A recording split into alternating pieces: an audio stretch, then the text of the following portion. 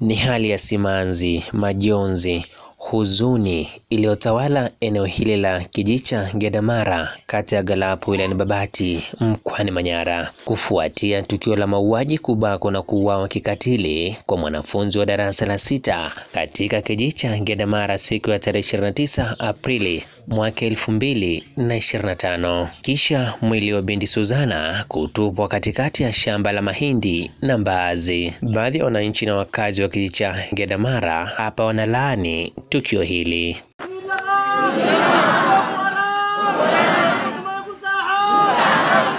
na kuiomba serikali kuchukua hatua za haraka katika kukabiliana na matukio ya ukatili hasa yanayotajwa kushamiri katika maeneo hayo, huku baadhi ya wanawake na wakina mama wakihofia kufanya shughuli zao za kila siku kutokana na vitendo hivyo.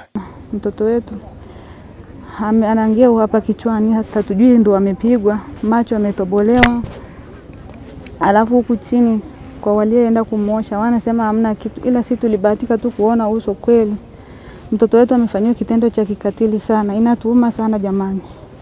Sisi sasa hivi tunaogopa, hata hatujui watoto wetu wanafikaje shule. Na tunaiomba serikali tusaidie, hata angalau watujengee hata bweni za watoto kwa watoto walioko mbali. Tunateseka sisi. Inaumiza sana, imetuumiza sana. Nimeumia sana kwa ukatili tuliofanywa kwa mtoto wetu. Mtoto amebakwa na kuvurutwa upana wa ekari 70, kafanywa ukatili wa ajabu na kutobolewa macho yake kwa kutumia ncha ya kalamu. Baada polisi walipofika hawajatuambia maumivu ya maiti, wamepima wameona nini. Mara ya pili tunakuja kupigiwa simu kwamba mwili umeharibika, njoeni chukueni mwili mkazike. Mpaka hivi tuko kwenye taharuku kubwa, tunashindwa wamama kwenda kuchuma mboga, watoto tunashindwa kuwapeleka shule. Mimi ninakemea vitendo hivi vya ubakaji, ulawiti, vitendo ambavyo sasa vimeshamiri kwa sababu ya madawa ya kulevya.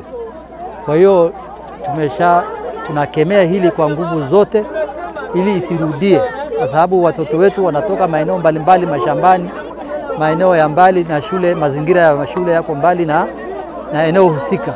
Kufuatia tukio hilo la mauaji la mtoto Suzana Samueli mwenye umri wa miaka 13, Dodoma TV tumezungumza na kamanda wa jeshi la polisi mkoa wa Manyara, Ahmed Makarane, ambapo hapa amethibitisha kukamatwa kwa bwana Elias Danieli mwenye umri wa miaka 26, mkazi wa Kijicha Gedamara, kuhusishwa na tukio la mauaji la mtoto huyo ambaye alibakwa na kuuawa siku chache zilizopita. Ni ukweli ni kwamba huyo mtuhumiwa anaitwa Elias Daniel, yake ni miaka 26, mkazi wa Gedamara hapo.